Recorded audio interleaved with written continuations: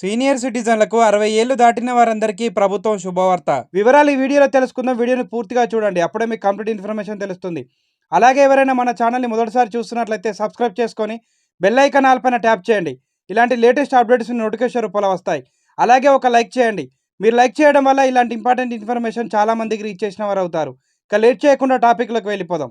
ఆంధ్రప్రదేశ్ రాష్ట్రంలో ఇటీవల కాలంలో సీనియర్ సిటిజన్ కార్డు గురించి వృద్ధుల మధ్య విశేష చర్చ నడుస్తోంది. 60 ఏళ్లు నిండిన ప్రతి వ్యక్తికి ఈ కార్డు ఎంతగానో ఉపయోగపడుతుంది. కేంద్ర ప్రభుత్వం దేశవ్యాప్తంగా సీనియర్ పౌరుల కోసం ఈ ప్రత్యేక గుర్తింపు కార్డును అందిస్తున్న సంగతి తెలిసిందే. అయితే ఇంతకాలం ప్రజలకి దీనిపై అవగాహన తక్కువగా ఉండడంతో పెద్దగా దరఖాస్తులు చేయలేదు. కానీ ఇప్పుడు ప్రభుత్వం తీసుకొచ్చిన డిజిటల్ సేవల వల్ల ప్రజల్లో చైతన్యం పెరిగి దరఖాస్తుల సంఖ్య ఊహించని స్థాయిలో పెరిగింది. ఈ కార్డు ఎందుకు అవసరం? సీనియర్ సిటిజన్ కార్డు వృద్ధులకు అనేక ప్రభుత్వ, ప్రైవేట్ సేవలపై రాయితీలు, ప్రత్యేకతలు అందించేందుకు ఉపయోగపడుతుంది.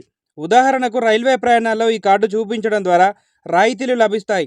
అంతేకాదు ప్రభుత్వ ఆసుపత్రులు, కొన్ని ప్రైవేట్ ఆసుపత్రుల్లో వైద్య సేవలపై ప్రత్యేక సదుపాయాలు, డిస్కౌంట్లు లభిస్తాయి. బ్యాంకులు మరియు ఆర్థిక సంస్థలు కూడా వృద్ధులకు ప్రత్యేకమైన డిపాజిట్ స్కీములు, రాయితీలు, వడ్డీ రేట్లు వంటి ప్రయోజనాలను అందిస్తున్నాయి. ఇవన్నీ పొందాలంటే తప్పనిసరిగా ఈ కార్డు ఉండాలి. అందుకే వృద్ధులందరూ ఇప్పుడు దీన్ని తీసుకోవడానికి ఉత్సాహంగా ముందుకు వస్తున్నారు. దరఖాస్తు విధానం ఎలా ఉంటుంది? ఈ కార్డును పొందాలంటే దరఖాస్తు ప్రక్రియ చాలా సరళంగా ఉంది. ఏపీ ప్రభుత్వం గ్రామ, వార్డు సచివాలయాలు, మీ సేవా కేంద్రాలు, ఇంటర్నెట్ కేంద్రాల ద్వారా ఈ సేవను అందిస్తోంది. దరఖాస్తుదారులు ఆధార్ కార్డు, పాన్ కార్డు, వయసు ధృవీకరణ పత్రం, passport size photo, blood group వంటి వివరాలతో ఫారం పూరించి సమర్పించాలి. ఆ తర్వాత అధికారులు దరఖాస్తును పరిశీలించి అన్ని వివరాలు సరైనవని నిర్ధారించిన తర్వాత సీనియర్ సిటిజన్ కార్డును జారీ చేస్తారు.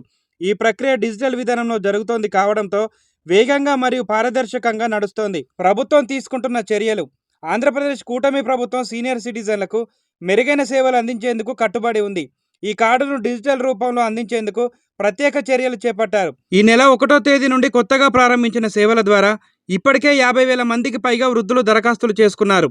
వీరిలో 85% మందికి పైగా కార్డులు కూడా అందించారు.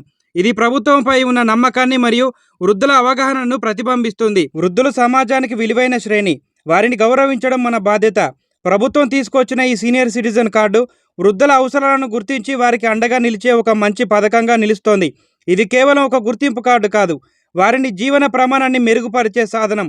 ఈ నేపథ్యంలో 60 ఏళ్లు నిండిన ప్రతి వ్యక్తి ఈ కార్డు కోసం వెంటనే దరఖాస్తు చేసుకోవడం మంచిది. ఫ్రెండ్స్, వీడియో కనుక నచ్చితే లైక్ చేయండి, అలాగే సబ్స్క్రైబ్ చేసుకొని ఫాలో అవ్వండి. Thank you for watching.